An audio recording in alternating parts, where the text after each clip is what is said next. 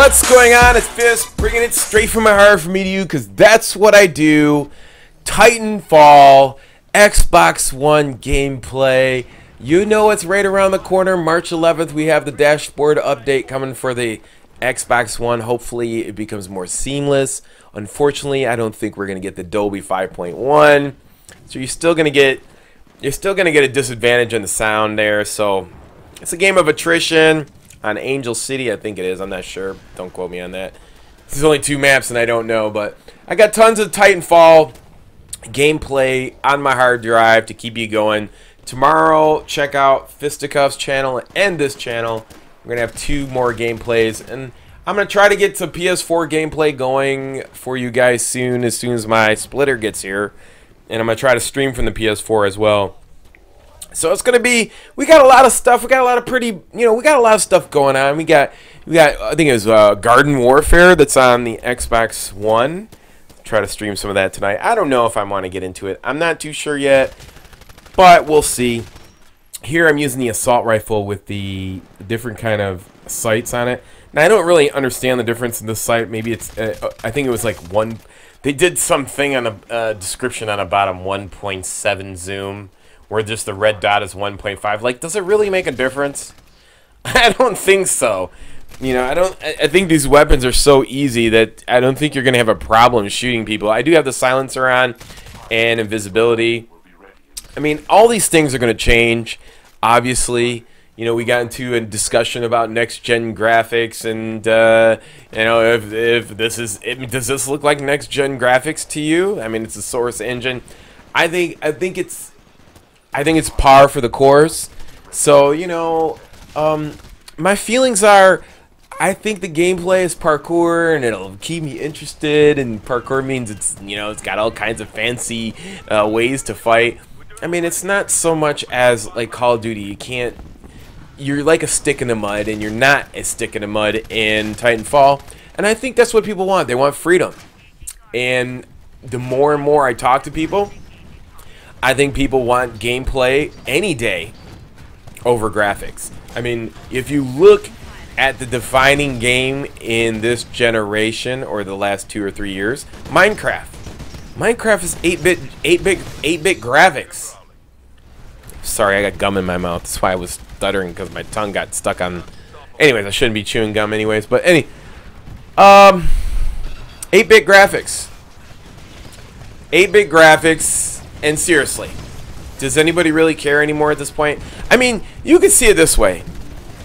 You don't want to be too hung up on graphics, but it leaves the door open for the fact that there is going to be a game that is going to match graphics with gameplay, and it's coming. It's just like a perfect storm, and it might not be until after this E3 or next.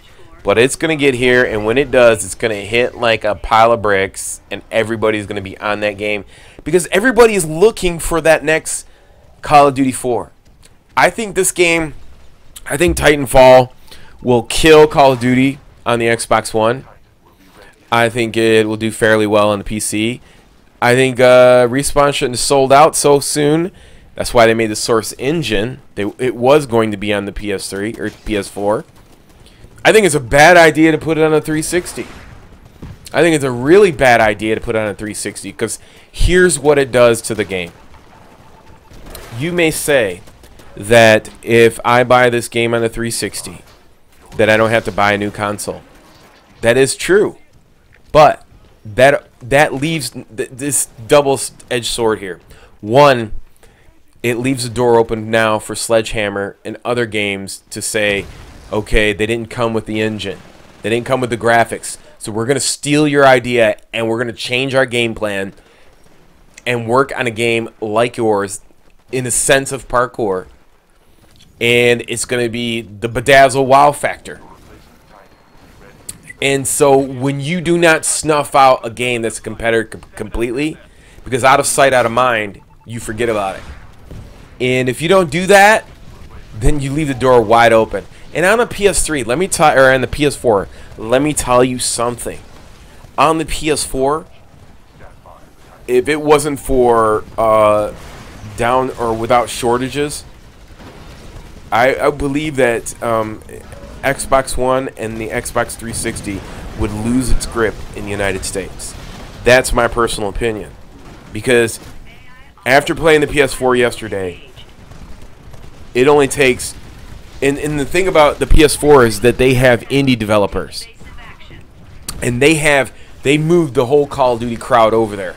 So when you have somebody who develops an indie game, all you would have to do now I see the light. All you would have to do is build a free-to-play game, a free-to-play clone Call of Duty game, and put it on the PS4 next-gen graphics. It's a wrap. It is over. Because that game would basically come out. It would be so big, and it would blow up, that it would wind up on the Xbox for free, and people would realize it's a Call of Duty clone, but better, and you would do all upgrades, and it would destroy it. And this is a huge problem. I mean, the PS4, as big as it is now, as far as like, you know, with the audience, I mean, if you put the PS4 in the hands of Xbox 360 owners or Xbox One owners, they're not coming back. I mean, and if you're taking away Call of Duty and you're putting in Killzone, or not Killzone, but Titanfall, and if you could find a game that reciprocates that on the PS4 for an indie, it's all over. You know, there is like huge gaps in the first-person shooter world right now. But overall, I think you're going to be able to enjoy Titanfall. I think in the future it's going to get big enough to where EA is going to be like, yo, you know, we're going to be on both consoles. I mean, EA is a Sony butt kisser, so eventually I believe it's going to get there. That's my opinion, and I think that's what's going to happen. And I think that Call of Duty better come out with some crazy-ass parkour, crazy-ass next-gen engine. Man, Sledgehammer is under immense pressure.